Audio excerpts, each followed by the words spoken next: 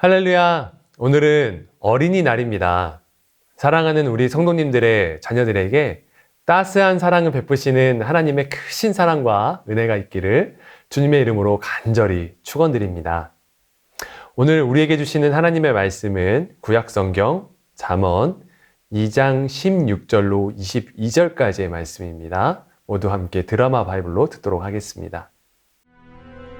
지혜가 또 너를 음녀에게서 말로 호리는 이방 계집에게서 구원하리니 그는 젊은 시절의 짝을 버리며 그의 하나님의 언약을 잊어버린 자라.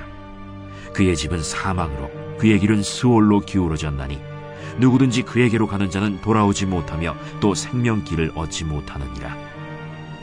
지혜가 너를 선한 자의 길로 행하게 하며 또 의인의 길을 지키게 하리니 대저 정직한 자는 땅에 거하며 완전한 자는 땅에 남아있으리라. 그러나 악인은 땅에서 끊어지겠고 간사한 자는 땅에서 뽑히리라. 말씀 나누도록 하겠습니다. 제가 최근에 딸을 낳았는데요. 너무 귀여운 딸입니다. 저를 닮아서 다리도 길고 키도 크고 이쁩니다. 눈에 넣어도 안 아플 자식이라고 하는데 지금은 너무나 그것을 잘 이해하고 있습니다. 그 몸짓, 행동, 모든 게 삶의 이유가 되고 기쁨이 되는 그런 행복한 순간을 살고 있습니다. 그런데 부모가 되니까 슬슬 이제 걱정이 되는 부분들이 있더라고요. 아무래도 여자아이다 보니까 더 그렇습니다. 요즘 엠번방이나 몰카 이런 환경적인 이런 나쁜 환경도 그렇지만 그런데 이상한 이제 잘못된 가족의 이제 개념들이 또 많이 생겼더라고요. 예를 들어서 졸혼 들어보셨습니까? 네. 결혼을 졸업한다라고 하는 개념이 생겼더라고요. 그리고 부부 관계는 1대1인데 2명의 아내 남자 하나 아니면은 남자 둘에 여자 하나 이렇게 가정을 꾸리고 사는 집이 있더라고요. 그리고 또 아기만 낳고서 따로 사는 그런 가족도 있습니다. 그리고 문제는 그런 가족이 마치 건강한 가족인 것처럼 매체에 소개가 되고 있다고 하는 거죠. 그리고 뿐만 아니라 예전에 다른 곳에서 청년 사역을 하는데 리더인 한 청년에게 이런 말을 들은 적이 있습니다. 목사님, 혼전 순결에 대해서는 우리 소그룹 모임 때 이야기 안 하는 걸로 하면 안 될까요? 라는 거예요.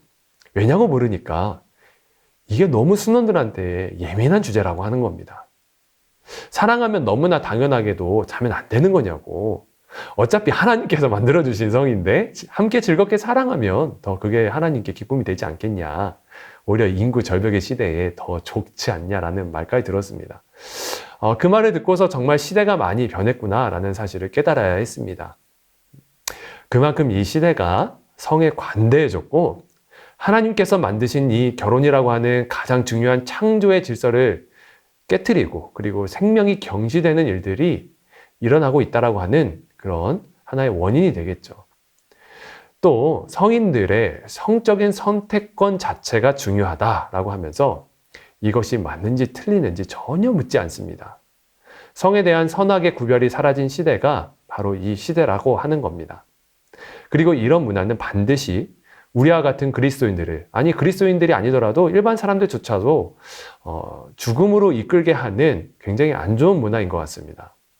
잘못된 성 문화에 빠지면 말씀을 고리타분하게 여기게 되고 그것을 이제 족쇄로 여기게 되고 사람의 자유를 이제 억압하는 하나의 도구로 이제 여겨지기 때문인데요. 그래서 말씀을 떠나게 되고 생명의 길에서 벗어나 타락의 길을 걸어갈 수밖에 없게 되는 그런 일들이 생깁니다. 그리고 우리의 자녀들이 그렇게 될 수 있다라고 하는 것이죠. 그래서 이것에 대해서 오늘 말씀 안에서도 잘 이제 드러내고 있는데요. 오늘 말씀을 보니까 음녀에 대해서 나옵니다. 먼저 이 음녀란 단순히 남자를 유혹하는 여자를 뜻하는 것이 아닙니다. 유혹하는 남자도 해당되고요. 무엇보다 바른 결혼을 통한 이 가족 간을 깨트려 놓는 모든 세상의 문화를 지칭하는 겁니다. 그리고 이 음녀에게 관심을 가지지 말아야 하는 이유가 18절과 19절 말씀에 나와 있는데요. 이 음녀는 유령들에게 기울여져 있기 때문이다 라고 이야기를 합니다.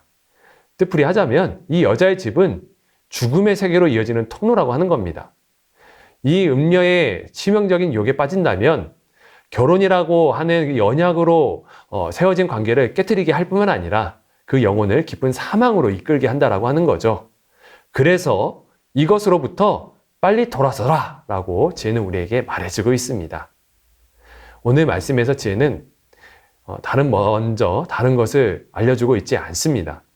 그래서 우리 자녀들에게 바른 결혼상을 가르쳐야 된다라고 이야기를 하고 있는데요. 그것이 의인의 길이고 지혜라고 말씀하고 있습니다. 제가 2000년부를 맡고 있기 때문에 우리 교역자 중에서는 제일 많이 결혼식에 참석하는 편인데요. 매번 참석하는 결혼이지만 한 번이라도 질린다고 생각한 적이 없습니다. 사랑하는 서로를 바라보면서 평생 사랑하면서 살겠다라고 하는 이 서약의 장면은 항상 감동이더라고요. 그리고 이 결혼 서약이라고 하는 것이 미래에 이제 행복하게 사랑하면서 살겠다라고 하는 미래에 대한 약속 아니겠습니까? 그래서 결혼 생활하면서 미래에 겪게 되는 모든 어려움들, 그런 것들을 이제 이겨낼 힘이 이 서약을 통해서 시작되는 거죠. 그런데 음녀는 이기적인 결혼 생활을 하게 만들면서 이 결혼의 언약을 휴지 조각처럼 그냥 사라지게 합니다. 그래서 팀켈러 목사님은 이렇게 말씀하세요. 이기적인 결혼 관계는 부부의 관계가 내게 만족을 주기 때문에 그때까지만 당신과 함께 가겠다라고 말하게 한다라고 이야기를 해요. 그러니까 내게 성적으로 아니면 물질적으로 감정적으로 이런 결혼의 생활이 만족이 돼야만 그것이 내게 만족이 되는 결혼 생활이다 라고 이야기를 하는 거죠. 네. 여러분, 이 성경이 쓰여진 당시의 결혼관도 마찬가지였습니다. 당시에 이제 세상의 어떤 결혼관을 보면 일부 닫혀져였는데요. 여기서 여자는 단지 재산에 불과했습니다. 그리고 결혼을 통해 남자는 성적인 욕구를 채우고 아이를 얻어 나중에 후손을 얻고자 했고, 여자는 살아갈 삶의 안정을 얻고자 했습니다. 그래서 사랑이고 뭐고 돈 많은 남자가 아니면 아이를 잘 낳는 여자가 최고의 신랑감이고 신부감이 되는 거죠. 그게 가장 주된 목적이었습니다. 어떻게 보면 굉장히 이기적이고 목적이 분명한 관계죠. 하지만 지혜는 헌신적인 결혼 관계를 가르칩니다. 예수님께서 그걸 보여주셨죠. 예수님께서 신부인 나를 어떻게 부르셨나요? 친구라고 부르셨죠. 그래서 17절에 보면은 짝이라고 하는 단어가 있는데요. 이 단어를 뜻풀이하면 가장 가까운 친구를 뜻합니다. 그런데 사실 반려자가 가장 가까운 친구라고 하는 개념은 그 당시의 시대는 없던 개념이거든요. 하지만 예수님께서는 부부는 친구처럼 우정을 만들어가는 관계라고 말씀을 하셨습니다. 그리고 또 예수님께서는 신부인 우리와 사랑을 맺어가는 방법을 알려주시면서 자신이 친히 십자가에 못 박혀 죽으시면서 자기를 희생하시고 신부의 목숨을 구원해 주셨죠. 네. 참 사랑이고 신랑이신 예수님께서 신부인 우리를 사랑하심은 우리가 사랑스럽고 그리고 또 그분께 만족을 드렸기 때문에 우리를 사랑하신 것이 아니라 우리를 사랑스럽게 빚으시기 위해서 그래서 우리를 구원하셨다라고 에베소서 5장 25절에서 27절 말씀을 말하고 있습니다. 사랑하는 성도 여러분, 한결같고 사랑으로 서로 무슨 문제든 상의하고 또 인생을 함께 걸어가는 것, 또 서로 희생하는 것, 그것이 부부이고 그리고 이것이 참된 지혜다라고 오늘 말씀은 우리에게 말씀해주고 계십니다. 또 서로를 사랑스럽게 빚어가기 위해 희생하는 그런 모든 것들이 지혜라고 말씀하십니다. 그리고 이 지혜가 바른 부부의 관계를 세우는 것이 잘못된 성을 세운 세상에 대항하는 방법이 된다라고 하는 사실 또한 잊지 않으셨으면 좋겠습니다. 그래서 우리 자녀들에게 가장 좋은 성교육이라고 하는 것은 이 세상에서 성에 관해서 뭐라고 하던 간에 우리 아버지 어머니가 말씀대로 성경대로 서로 사랑하며 희생하며 잘 사는 모습을 먼저 보여주면 되는 겁니다. 부모의 그런 모습을 통해서 가정의 권위가 세워지고 잘못된 성에 대해서 제대로 가르치고 세울 수 있는 그런 기본적인 원동력이 생기는 거죠.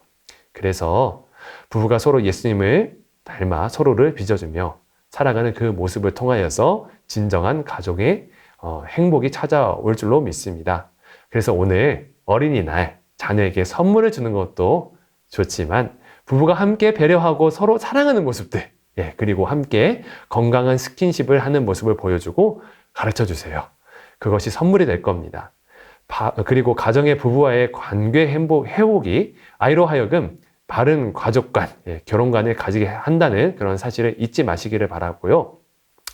그리고 무엇보다 예수님을 따라 예배하는 의인의 길을 걸어가는 부모님의 모습이 자녀에게 최고의 선물이 될 줄로 믿습니다. 그리고 또 오늘의 말씀을 통하여서 하나님의 가르침에 따라 살아가는 우리 모두를 통하여서 우리 모든 자녀들 그리고 다음 세대들이 참된 가정과 성의 가치를 깨닫고 가정이 주는 진정한 행복의 가치를 깨닫는 모든 삶이 되시기를 주님의 이름으로 축원드립니다. 기도하겠습니다. 살아계신 하나님 아버지 감사합니다. 오늘 귀한 말씀 주셔서 정말 어린이날 귀한 지혜의 선물을 허락하여 주시니 감사합니다. 말씀을 들은 대로 세상이 성적으로 너무나 탁하고 문란한 시대임을 주님 고백합니다. 주님, 이 세상의 문화를 거룩한 문화로 바꿔주시사 성과 생명과 가정의 아름다운 가치가 살아나 우리 아이들이 바르게 성장할 수 있는 환경이 열어지게 하여 주시옵소서. 그리고 가정에서 아이들에게 바른 성의 가치를 알려줄 수 있도록 부모님들이 먼저 깨어있게 하여 주시고 예수님처럼 서로 사랑하게 하여 주시고 친구처럼 서로 우정을 지켜나가기도 하고 또 목숨을 버리신 예수님처럼 함께 희생하여 아이들에게 가정의 소중함을 잘 일깨워줄 수 있도록 이 모든 걸음마다 인도하여 주시기를 원합니다. 그래서 바른 부부의 관계를 통하여서 잘 배우고 성장한 우리의 자녀들이 앞으로 자라나 세상의 문란함을 이겨내고 좋은 배우자를 만나서 아름다운 신앙의 명문 가정을 이뤄내는 그런 축복 또한 허락하여 주실 줄로 믿습니다. 그리고 어린이날 오늘 축복되고 행복하고 너무나 감사한 하루 보낼 수 있도록 주님께서 눈동자와 같이 지켜보아 주시고 행복을 선물로 주시옵소서. 감사드리며 예수님의 이름으로 기도합나이다. 아멘.